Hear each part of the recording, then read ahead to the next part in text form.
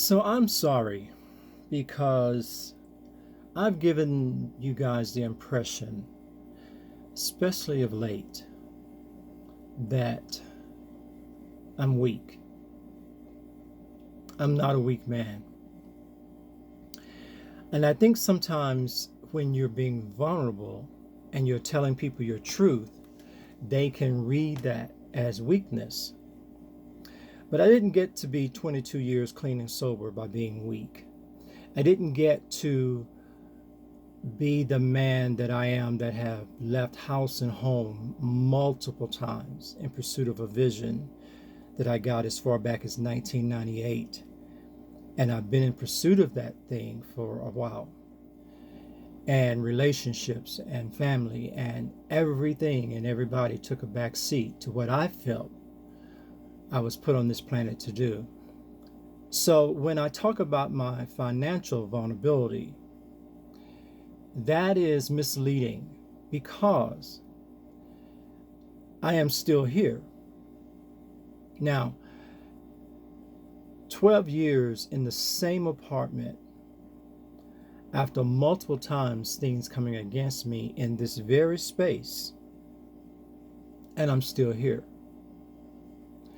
I've seen tenants come and go to the left and to the right of me, all with their own degree of crazy, and I'm still here. And I shared that with you because no weapon formed against you shall prosper. Now, I tell you, if you're not a believer, that won't mean nothing to you. And I'm not talking to you then. I have nothing to say to you. I'm not here to create faith in you and then turn around and have to build up that faith in you. But I was raised a certain way. And the way I was raised has gotten me this far.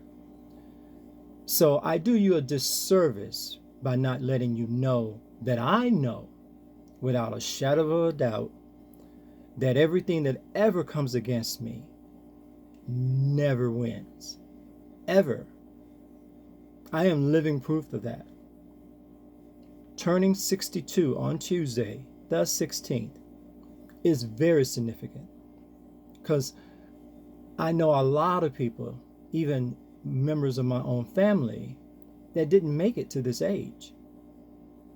And I tell you that early retirement is a blessing because it says you've worked long enough to be repaid for some of the labor that you put into the marketplace. That's a victory.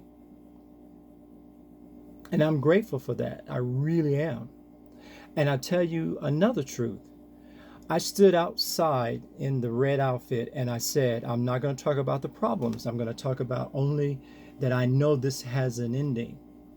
The day I was saying that, something was already on its way to me. A day later, when I was saying, I really need to see magic in my own heart, in my own life, sitting in my mailbox was a check that I didn't even know was sitting there. It didn't pay everything I needed, but it kept me one more day, one more week. That's all you really ever need. And I know you want to pray for these major bucks to show up and you'll never have another problem for the rest of your life. Most of us pray prayers like that. But you can only live one day at a time. You can only be sober one day at a time. So why do I need more in this day than I need in this day? So that's a foolish prayer. Did you make it through today? If you made it through today, that's a victory. And you should be grateful for that. You should be happy for that. That's what you should be vlogging about. The enemy tried to come against me and I survived. Last night, an unannounced visitor showed up and just wanted to dump story after story of nothing that had anything to do with me on me and call it conversation. And I stood against it. I said, no. What do I have to do with any of that? So that's why I said I'm sorry at the beginning of this. That's why I said that, because what do you have to do with any of my troubles? So I'm sorry for laying them on your doorstep. I'm sorry for giving you the impression that only you could help me. Because you know what? The God, excuse me, I almost got happy there. The God I serve might use you, but it won't be about you. It'll be about Him. And at the end of the day, every good and precious gift that anyone has ever given me got to me because of His permission. I am convinced that I am His and He is mine. And at the end of the day, no one can penetrate that relationship. You can walk with me for a season, but there's a point where I'm going to detour and go someplace that you probably can't follow. I'm going to be good. So don't look at me to be sad or melancholy or any of the things that people are when other people leave them or get divorced from them or break their hearts. I might sit for a moment, but I'm not going to stay there. I will keep it moving because that's who I am. I have never let the cares of this world, the troubles in this life, hold me down, hold me back, keep me from moving forward. Ever. I have never, ever let that happen. Not on my watch. No. So the wisdom of turning 62 is to say to you this: don't sweat the small stuff. All of it is small stuff. All of it is small stuff. If you see yourself from the perspective of heaven, you're so insignificant, but you're also very important.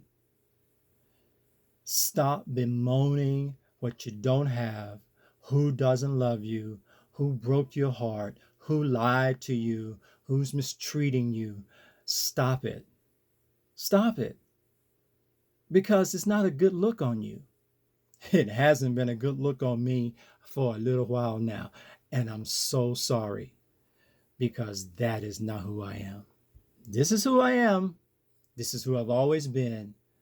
And under pressure, this is who always comes out.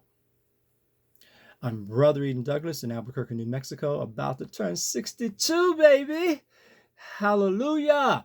I am so excited to be aware that all of these temporary troubles pass. They pass.